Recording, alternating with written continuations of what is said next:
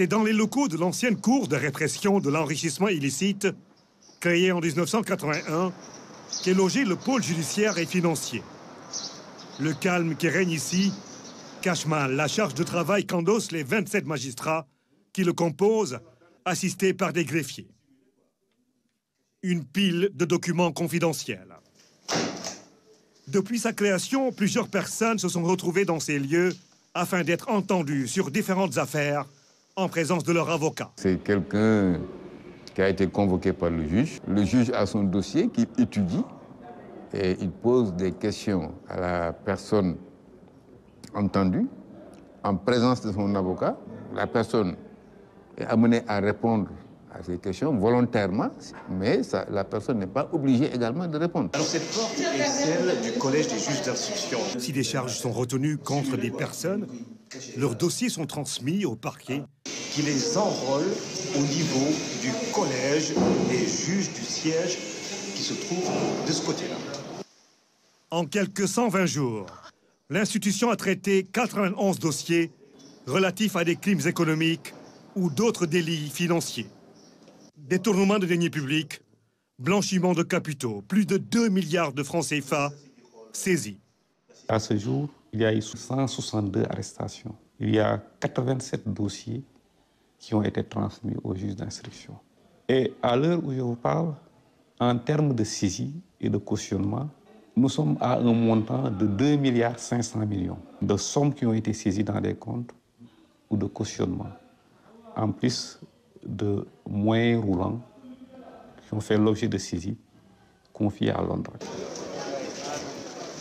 Building administratif, 6e étage. Le directeur des affaires criminelles et des grâces nous indique que le PJF est un outil qui vient consolider l'état de droit et marque une rupture avec les autres instruments connus jusque-là. Ce qui différencie le pôle judiciaire et financier de la CREI, c'est que d'abord la CREI, elle n'était compétente que pour le délit d'enrichissement illicite à titre principal. Par contre, le pôle judiciaire et financier va connaître de la grande délinquance économique et financière. Il sera donc animé par des magistrats spécialisés, et qui seront assistés dans le cadre de l'exercice de leurs fonctions par des assistants de justice qui sont également des experts dans des domaines aussi divers que la finance, la banque, l'informatique, les marchés publics. Créé en août 2023, en exécution des conventions que le Sénégal a signées, le pôle judiciaire et financier permet de mieux prendre en compte les droits des personnes poursuivies.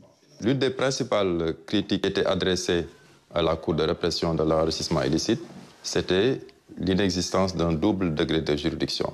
C'est-à-dire qu'une personne qui était déférée devant la CREI, qui était jugée par la CREI, une fois la décision prononcée, elle n'avait pas la possibilité de contester la décision de la CREI pour qu'elle soit jugée à nouveau en appel.